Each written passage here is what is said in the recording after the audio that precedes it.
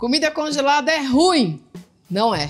Tem gente que fala isso porque fez errado, não sabe fazer do jeito certo, gente. Exatamente sobre isso que a gente vai falar nessa aula de hoje. Porque existe sim o jeito certo de fazer comida congelada, de descongelar, para ela realmente ficar boa, para ela ficar bonita, apetitosa, para todo mundo querer raspar o prato quando chegar a comida na mesa, sabe? Mas você precisa de técnica para saber. Se você fizer errado, vai ficar ruim mesmo. E não só comida congelada, né? Qualquer comida. Se você não souber misturar os ingredientes certos, fizer na temperatura errada, também não vai ficar boa. Por isso que eu tô aqui. Prazer, eu sou a Marina Limberger, chefe de cozinha, especialista em preparo de refeições planejadas, e eu tô aqui para ser a sua guia para você conseguir resolver a alimentação da sua casa de uma vez por todas, com comida boa na mesa, hein? Muita gente torce o nariz quando a gente fala de comida congelada, né? Mas também, quem nunca comeu aquele feijão ressecado, aqueles vegetais aguados, uma carne acinzentada ou uma lasanha com gosto de requentada, sabe? Gente, credo, isso pra mim nem é comida, nem entra na minha casa isso de jeito nenhum. Pra mim é comida zoada isso, realmente. E a gente precisa fugir desse tipo de comida que chega na mesa feia, que ninguém tem vontade de comer, e é muito simples você fazer isso, tá? Só precisa saber como. Nessa aula aqui de hoje, eu vou te contar especialmente sobre os ingredientes que congelam bem ou que não congelam bem e o porquê que eles não congelam bem, porque aí você não precisa ficar procurando listas de ingredientes que não congelam bem no Google ou maratonar os meus vídeos de congela e não congela. Quem aí já viu os meus vídeos de congela e não congela no meu Instagram, que é @cozinha de gente moderna. Por sinal, vai lá me seguir, que toda hora tem conteúdo muito bom por lá para te ajudar no dia a dia, tá? Enfim, hoje a gente vai desmitificar a comida congelada para o freezer virar o seu aliado no dia a dia.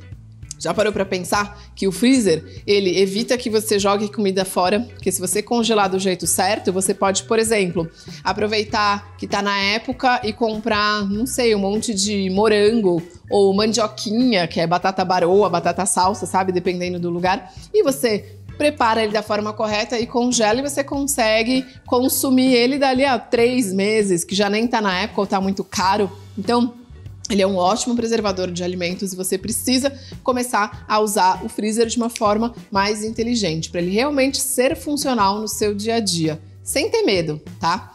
Uma grande dúvida que as pessoas têm, que sempre me perguntam é: quando eu congelo, vai perder os nutrientes? E a resposta é não. Quer dizer, a resposta é sim, só que é muito pouco. A quantidade de nutriente que o alimento congelado perde é a mesma quantidade que perde quando você vai cortar, quando você vai cozinhar. Tudo isso perde pequenas partezinhas de nutrientes. Mas, olha que interessante, se você comparar o ingrediente que foi congelado com o que foi só refrigerado, o congelado, ele mantém mais vitaminas e nutrientes do que o que estava refrigerado. E isso não sou eu que estou falando, tá? Rodaram uma pesquisa na Universidade de Chester, lá na Inglaterra, e aí eles compararam vários vegetais, frutas, legumes, verduras. E aí, vou te dar um exemplo. Pegaram um brócolis, e aí metade do brócolis eles congelaram, usando a técnica correta. A outra metade eles deixaram dentro da geladeira, e aí dali a 3 dias, que é um tempo normal, né? De você comprar alguma coisa no mercado e só daqui a 3 dias eu vou usar. Fizeram uma análise e aí descobriram que a maioria dos brócolis congelados tinham mais vitaminas e nutrientes do que os que estavam só refrigerados. E isso para a maioria dos vegetais. Então, basicamente, o que eu estou te falando aqui é só você saber fazer usando a técnica correta, que não tem erro, tá bom? Muita gente tem medo de congelar alguma coisa e essa coisa não fica boa depois de descongelada. E aí eu vou te falar os 2 principais pontos que interferem na qualidade final desse prato, tá? O primeiro é você congelar algum ingrediente que não congela bem, e o outro é você descongelar da forma errada, tá? Falando dos ingredientes que não congelam bem, eu estudo isso há muito tempo já, e eu já testei muita coisa na minha cozinha, e eu acabei agrupando esses ingredientes que não congelam bem depois de estudar muito e de entender a lógica por trás disso. E aí eu vou te mostrar agora os 4 grupos de ingredientes que não congelam bem, e eu vou te explicar o porquê. E aí você vai entender assim, ó, vai estar no seu sangue, você vai ter já certeza, isso não congela bem, então eu não vou congelar, tá bom? Vamos lá, primeiro grupo é o grupo com os alimentos que tem muita água. Por exemplo, tomate cru, O tomate em formato de molho congela bem, tá? Mas um tomate cru, pepino, abobrinha, folhas de salada, não dá pra você congelar. Quer dizer, dá pra congelar, mas ele fica ruim depois de descongelado. E por que isso? Pensa aqui comigo. Eles têm muita água na composição. A água, quando congela, o que acontece? Ela vira gelo. E aí, quando você descongela esses ingredientes, esse gelo derrete.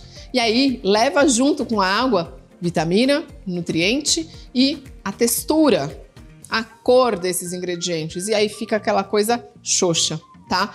Então, por exemplo, se você quer congelar tomate, transforma ele em um molho e ele vai congelar bem. Se você quer congelar, por exemplo, uma couve, que é folha, é uma folhosa, tem bastante água também, você pode até congelar ela crua, cortadinha já. Mas aí tá o segredo, você não vai descongelar para dar a oportunidade desse gelo derreter e virar água. Você vai pegar a sua couve ainda congelada e vai jogá-la direto dentro da panela, já com a sua refoga caseira, bem gostoso, do freezer, direto pro calor, e aí ela vai ficar boa, tá? Então são esses pequenos truques aí no meio do caminho que vão fazer com que a sua comida congelada fique muito boa na mesa.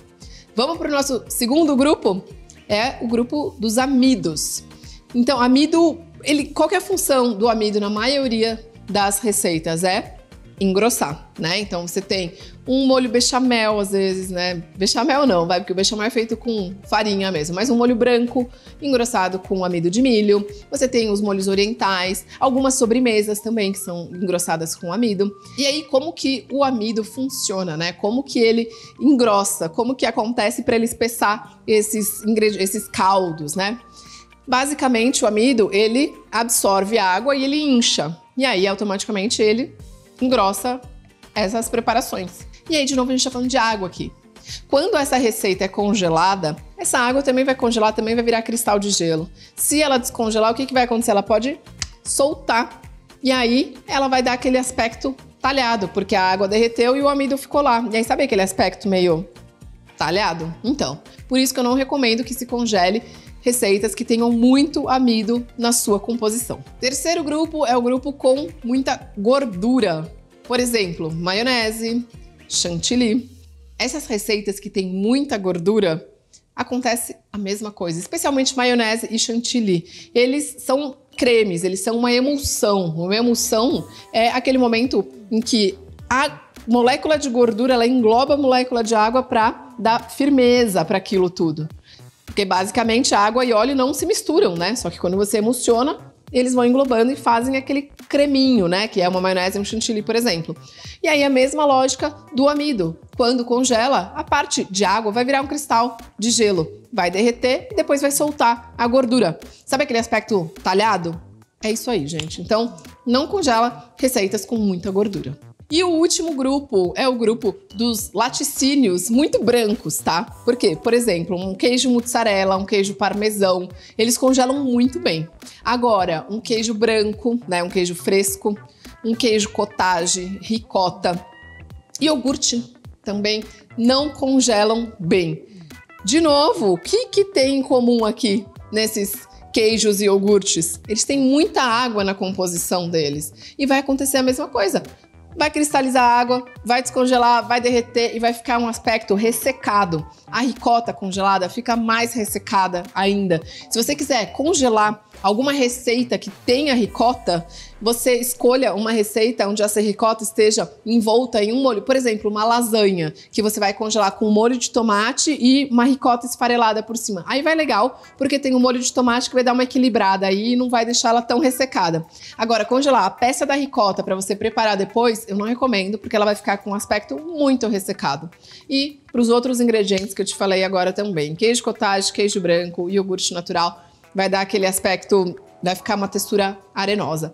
Então, não recomendo que você congele nenhum ingrediente que faça parte de um desses 4 grupos, tá bom? É muito legal, né, você entender, assim, os fundamentos de tudo isso. Mas você sabe que as minhas prepeiras, que fazem parte do meu programa fechado do Cozinha Sem Estresse, elas têm, sim, a possibilidade de aprender todos os fundamentos de tudo, mas eu desenvolvi uma biblioteca de preparo de refeições planejadas enorme, que tem desde cardápio semanal de 2 horas, né, que prepara em 2 horas, até receitas 3 em 1, que ela faz 3 receitas usando uma única base ao mesmo tempo, muito rápido, ou receita de uma panela só, tem uma biblioteca imensa, que, para aquela prepeira que fala, eu não tenho tempo para sentar e estudar tudo que você está me ensinando aqui, a vida já é muito corrida, e eu entendo isso. Exatamente por isso que eu já peguei todos os fundamentos que eu ensino e eu embuti em todos os cardápios, em todas as formas de prep que existem lá disponíveis no Cozinha Sem Estresse.